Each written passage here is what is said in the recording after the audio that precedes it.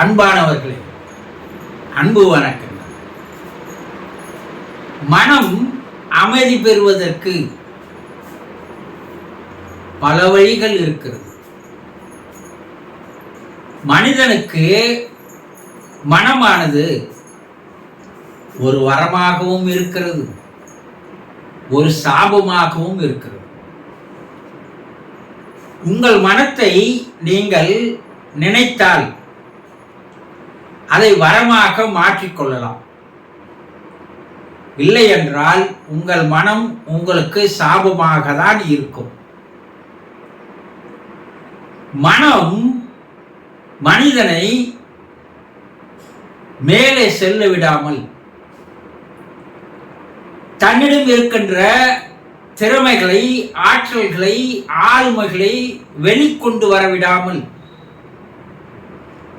தன்னுடைய தனித்துவத்தை வெளியே காட்டாமல் மூடி மறைக்கின்ற வேலையை மனம் செய்கிறது.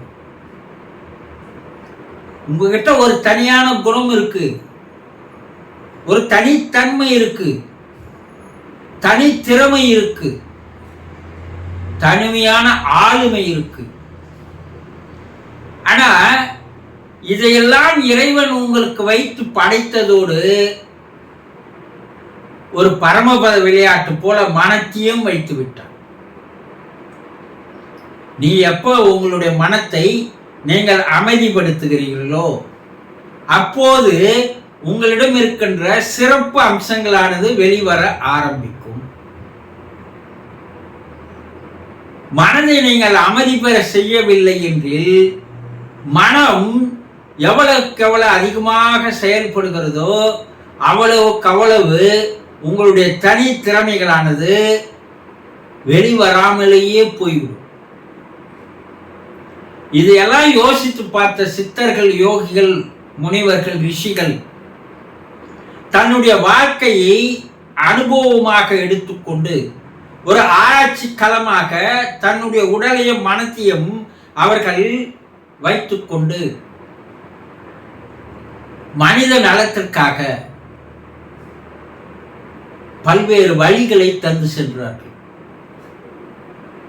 இப்ப மன அமைதி அடையணும் அப்படின்னா முதல்ல ஆன்மீகம் என்ற ஒன்றை தந்தார்கள்.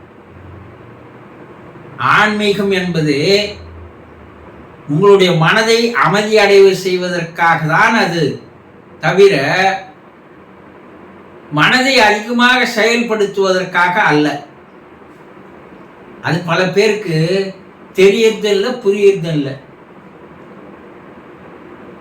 இந்த இறைநிலையை, இறை சக்தியை, பிரபஞ்ச பேராற்றலை, எல்லாம் வல்ல ஒரு தெய்வீக பேராற்றலை நீங்கள் அறிந்து கொள்ள வேண்டும் என்றால், தெரிந்து கொள்ள வேண்டும் என்றால், உணர வேண்டும் என்றால், அதை அனுபவித்து ஆனந்தம் அடைய வேண்டும் என்றால் அதற்கு ஒரு வழிதான் ஆன்மீகம் ஆகும். இந்த ஆன்மீகத்தில் முதல் படி எதை வைக்கிறார்கள் என்றால், அருவமாக இருக்கின்ற, கண்ணுக்கு தெரியாத இருக்கின்ற அந்த சக்தியை, ஆற்றலை கண்ணுக்கு தெரிகின்ற வரையிலே ஒரு உருவமாக அமைத்து தந்தார்கள். இதைதான் பக்தி என்பது. என்ன பக்தி? என்ன பற்றுதல்னு பேரு. எதை பற்றுதல்? ஒரு உடம்பு எப்படி சோற்றை பற்றி கொள்கிறதோ, ஒரு குரங்கு குட்டி எப்படி தாயினுடைய மடியை பற்றி கொள்கிறதோ, அதுபோல பக்தன் இறைவனை பற்றி கொள்ள வேண்டும். விடாப்பிடியாக அவன் எப்போது இறைவனை பிடித்துக் கொள்கிறானோ அப்போது இறைவனுக்கும் அவனுக்கும் ஒரு நெருக்கமான உறவு ஏற்படுகிறது. அதற்கு முதல் வழியாக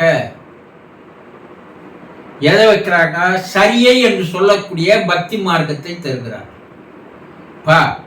எங்கேயோ சுத்தின்னு இருக்குது உன் மனம், ஒரு நிலையில்லாத இருக்குது, ஒரு கட்டுக்குள்ள வராத இருக்குது.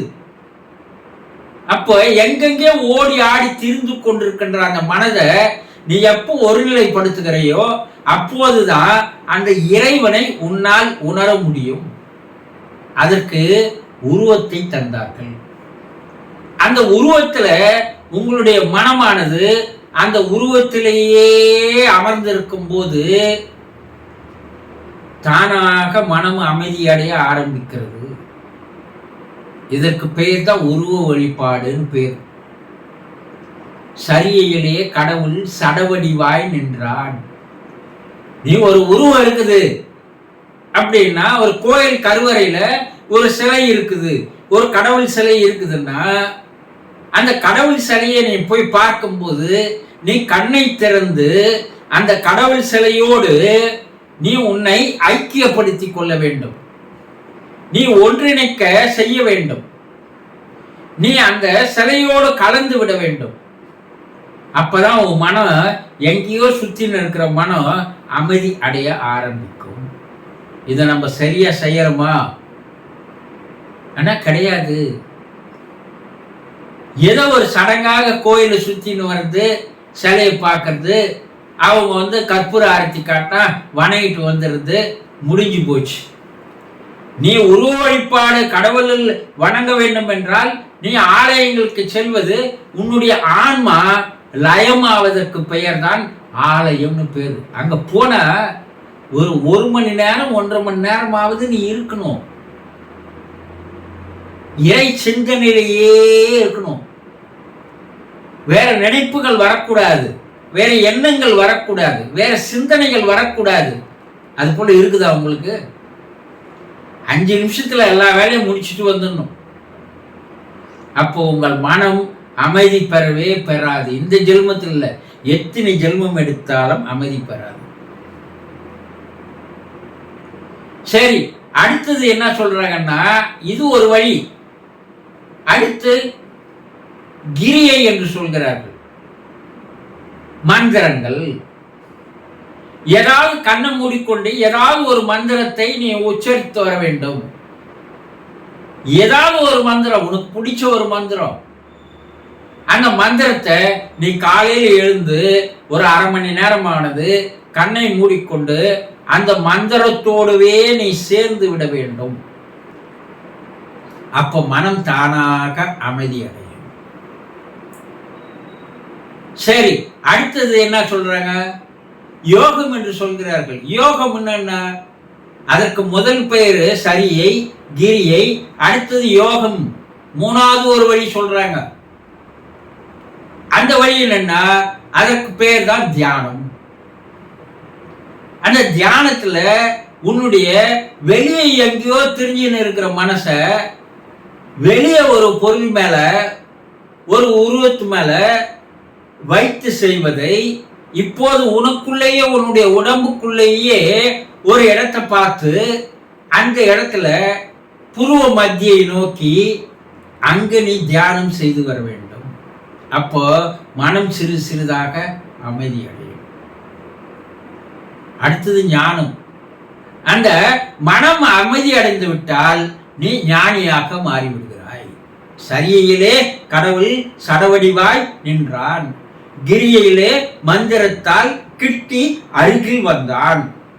கண்ண முடிய நீங்க மந்திரம் சொல்லும் போது எங்கேயோ இருக்கிற கடவுள், எந்த மலையிலையோ எந்த ஆலயத்திலேயோ இருக்கிற கடவுள் உன் கண்ணெதிரில் நிற்கிறார் இல்லையா? மந்திரத்தால் அருகில் வந்தான். ஊனமில்லா யோகத்தில் உள்ளொலியாய் நின்றான். இப்ப வெளியே எங்கேயோ பார்த்து இந்த கடவுளை நீ எங்க பார்க்கிற? உன்னுடைய இருதயத்தில் பார்க்கிறாய். அப்போ 4வது என்ன சொல்றாரு? ஞானமதில் நானும் அவனும் ஒன்றுதானே, ஒன்றாய் என்னே. பா, இறைவன் வேறல்ல, நான் வேறல்ல. இறைவனே என்னுடைய ரூபத்தில் உள்ளே இருக்கிறான். மனம் அமைதி பெறுவதற்காக பல்வேறு வழிகள் இருக்கிறது. அந்த ஏதோ ஒரு வழியை நீங்கள் உடும்புப்படியாக பிடித்துக் கொண்டு அதிலேயே நீங்கள் பயிற்சி செய்து வர ஒரு காலகட்டத்தில் உங்கள் மனம் அமைதியாகிவிடும். மனம் அமைதியானால்தான் உனக்குள் இருக்கின்ற அந்த இறை சக்தியானது வெளிப்பட ஆரம்பிக்கும். அது வரைக்கும் நீ வெளியே தான் இறைவனை தேடுவ, உனக்குள்ள இருக்கிறான்னு உனக்கு தெரியவே தெரியாது.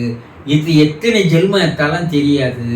அப்போ வெளியே தேடுகின்ற இறைவனை உள்ளே தேடுவதற்கு ஒரு அற்புதமான வழி, மனம் அமைதி அடைய செய்தால் உள்ளே இருக்கின்ற இறைவனை நீ காணலாம். புரிந்து கொண்டீர்களா? சந்தோஷம்.